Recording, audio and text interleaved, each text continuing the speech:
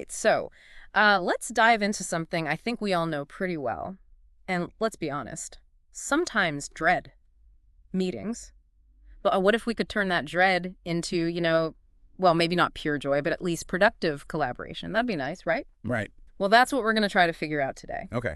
So we're going to unpack a script focused on leadership and meetings. And trust me, it's got some nuggets you'll want to try out in your next meeting.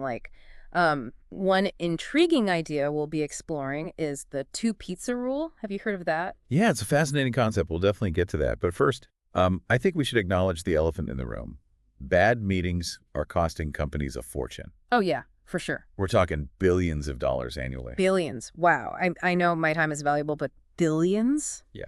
That's a pretty compelling reason to get this right. How did they even come up with that number? Well, it's based on research that factors in lost productivity, wasted resources, and the ripple effects of poor decision-making that can stem from ineffective meetings. Think about it. How many times have you left a meeting feeling like it was a complete waste of time? More than I care to admit. Sometimes it feels like the meeting itself becomes the problem, not the solution. Yeah, exactly. So what are some of the common pitfalls that lead to these unproductive gatherings? Well, one of the biggest culprits is a lack of clear purpose.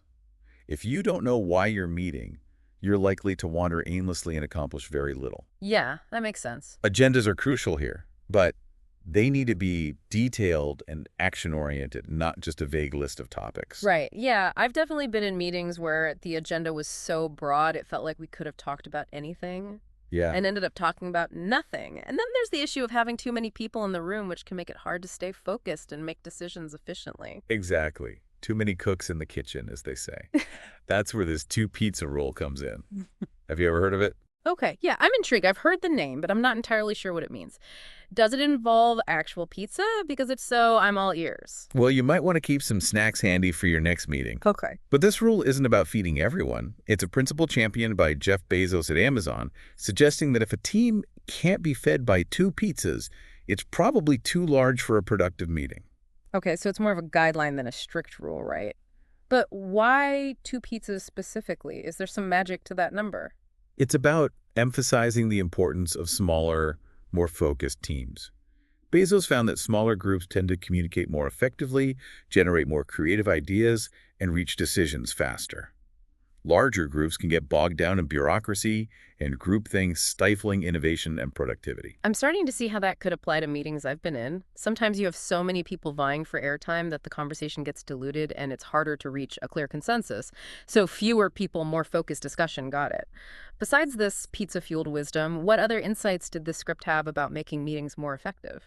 Well, along with a clear objective and a concise agenda, the script emphasizes the importance of respecting everyone's time.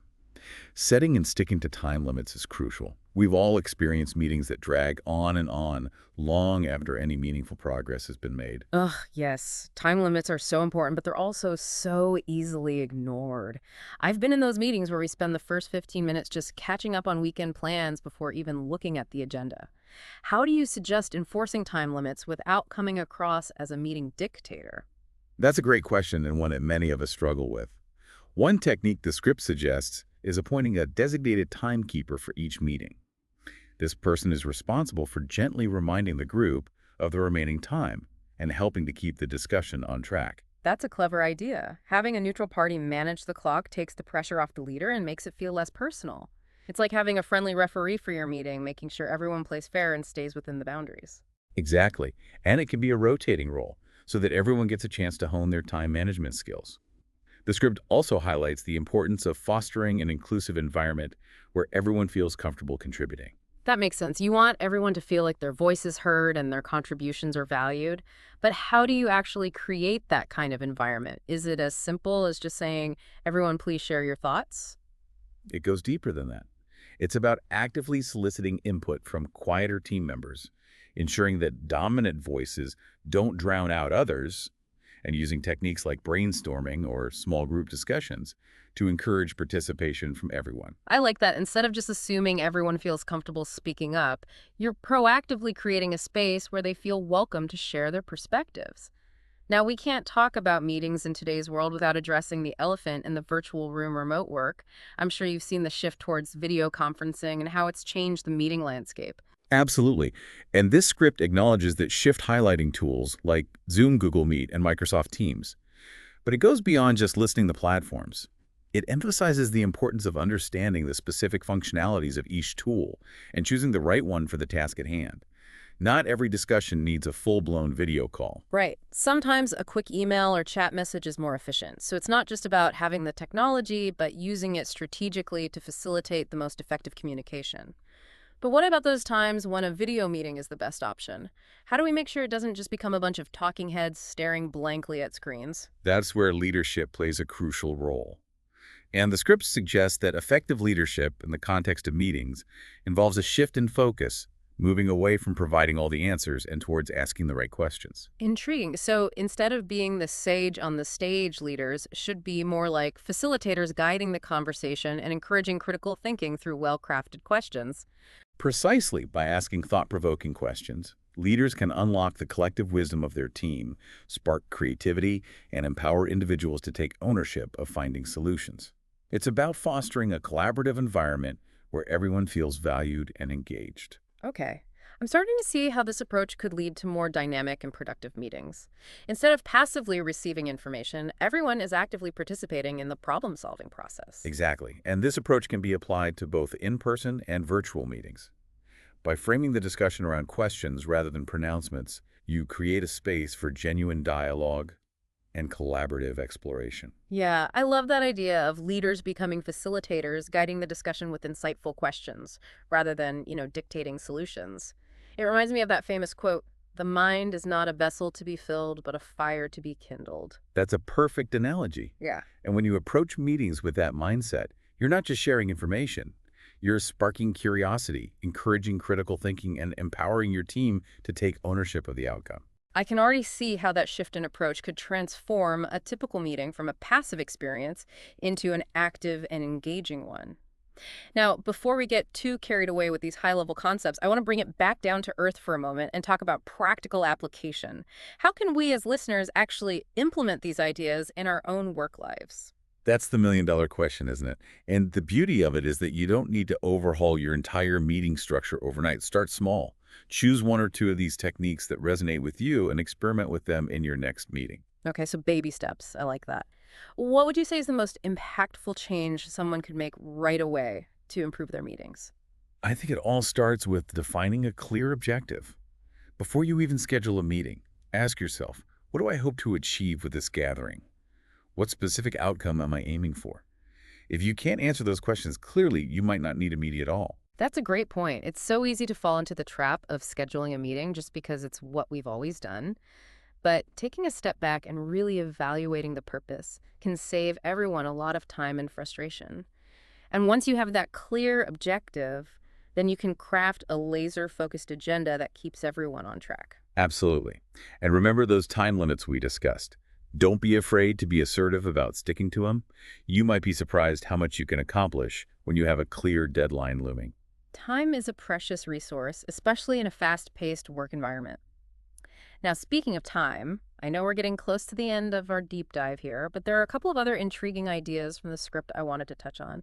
One that caught my eye was the concept of walking meetings. Is this just a Silicon Valley fad, or is there something to it? I wouldn't dismiss it as a fad just yet. While it might not be practical for every type of meeting, there's a growing body of research that suggests incorporating movement and fresh air into our workdays can have significant benefits for both our physical and mental well-being. I can definitely see how getting out of the stuffy conference room and into a more stimulating environment could help to shake things up and spark creativity. Plus, it's a great way to sneak in some exercise and boost those endorphins. Exactly. And it doesn't have to be a literal walk around the block. Hmm. It could be as simple as moving the meeting to a different part of the office, perhaps one with more natural light or a view of nature.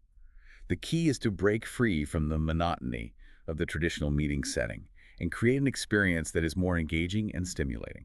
I love that. So ditch the PowerPoint presentations, grab your walking shoes, and get those creative juices flowing. But what about those of us who work remotely and don't have the luxury of strolling around the office with our colleagues? Any tips for making virtual meetings more dynamic and engaging? That's a great question, and one that's becoming increasingly relevant as remote work becomes more prevalent. The key is to leverage the technology at our disposal in creative ways. For instance, instead of defaulting to a video call, consider using a virtual whiteboard for brainstorming sessions. This allows everyone to contribute ideas simultaneously and visually, which can lead to more dynamic and engaging discussions. Yeah, I've used virtual whiteboards before, and I agree they can be a great way to foster collaboration and get those creative juices flowing. It's much more interactive and engaging than just staring at faces on a screen. And speaking of screens, I'm curious to hear your thoughts on the whole Zoom fatigue phenomenon. Seems like everyone is feeling burned out from all the virtual meetings these days. Any advice on how to combat that? Zoom fatigue is a real issue, and it's important to acknowledge that staring at a screen for hours on end can be mentally and emotionally draining. One strategy the script suggests is to be more intentional about the use of video. Do you really need to have cameras on for the entire meeting? Perhaps you could start with video for introductions and then switch to audio only to reduce visual fatigue. That's a simple but effective tip. I often find that I'm more focused and engaged when I'm not constantly worried about how I look on camera. It frees up mental energy to focus on the content of the discussion. And I imagine it could also be helpful to build in short breaks during longer virtual meetings, just like you would with in-person meetings. Absolutely. Regular breaks are essential for maintaining focus and preventing burnout, regardless of the meeting format. Even a 5-minute break to stretch, grab a drink, or simply step away from the screen can make a huge difference in your energy levels and ability to concentrate. This has been incredibly insightful. I'm already feeling inspired to revamp my approach to meetings and experiment with some of these new techniques. But before we wrap things up, I want to circle back to the leadership aspect. We've talked a lot about tactics and tools, but what about the mindset shift that leaders need to make in order to facilitate truly effective meetings? That's a crucial point. It's not just about learning a new set of skills, it's about embracing a different philosophy of leadership, one that values collaboration, empowerment, and psychological safety. I love that term, psychological safety. It speaks to the importance of creating an environment where people feel comfortable sharing their ideas, even if they're not fully formed or even if they go against the grain. Exactly. When you foster a culture of psychological safety, you encourage people to take risks, challenge assumptions, and think outside the box. And that's where true innovation happens. It's about creating a space where people feel heard, respected, and valued regardless of their role or level of experience. Precisely.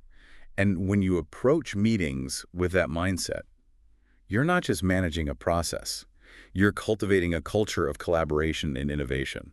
It all comes back to creating a positive and supportive environment, where everyone feels empowered to contribute their best.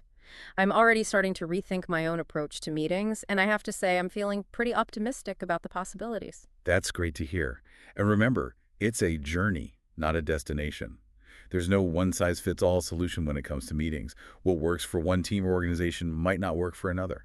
The key is to be willing to experiment, iterate, and find what works best for you. So embrace the process, stay curious, and don't be afraid to try new things. I like it.